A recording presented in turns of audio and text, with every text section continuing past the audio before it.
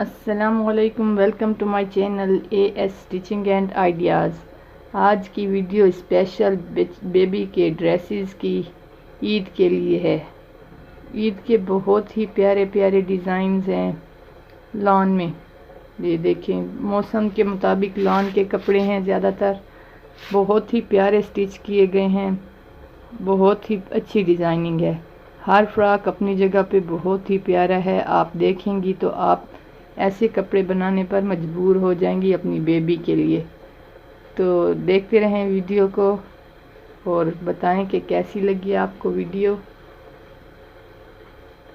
इसके अलावा आपने अगर अपने भी ईद के ड्रेसेस बनाने हैं तो हमारे चैनल का विज़िट करें, तो उसमें आपके लिए भी ईद ड्रेसेस हैं और छोटे बच्चों के लिए भी हैं। हर तरह के आप पार्टी वेयर चाहती हैं, फंक्शन वेयर चाहती हैं, कुछ भी कपड़े बनाना चाहती हैं तो पहले हमारे चैनल का विज़िट ज़रूर कर लिया करें।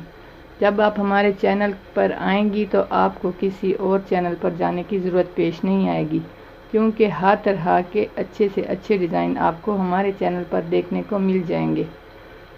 तो बहुत ही क्यूट फ्रॉक हैं, इसको देखकर आप अपनी बेबी का बनवाएंगी और आपकी बेबी भी ऐसे ही क्यूट लगेगी जिस तरह ये फ्रॉक क्यूट है। तो आप अपने कलर कॉम्बिनेशन भी देख सकती हैं कि किस तरह अपनी बेबी के लिए आप बना सकती हैं। और ये देखें कितना प्यारा लग रहा है ओपन शर्ट में।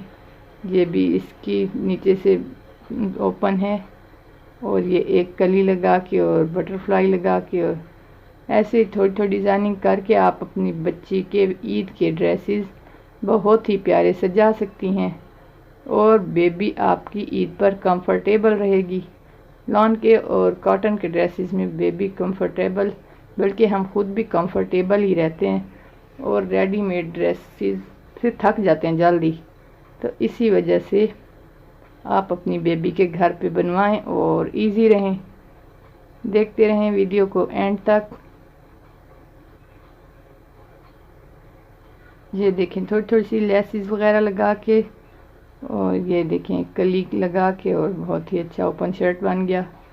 इसी तरह लेसेस के ज़रिए आप अपने कपड़े सजा सकती हैं। और ये बॉक्स वाली प्लेट्स हैं, ये देखें, ये जैसे एक्स्ट्रा कपड़े से बना होता है। और ये कलियों वाला फ्रॉक है, बहुत ही प्यारा। इसी तरह आप देखते जाएं। ये देखें, ये सिंपल और इजी बहुत ही प्यारा लग रहा है।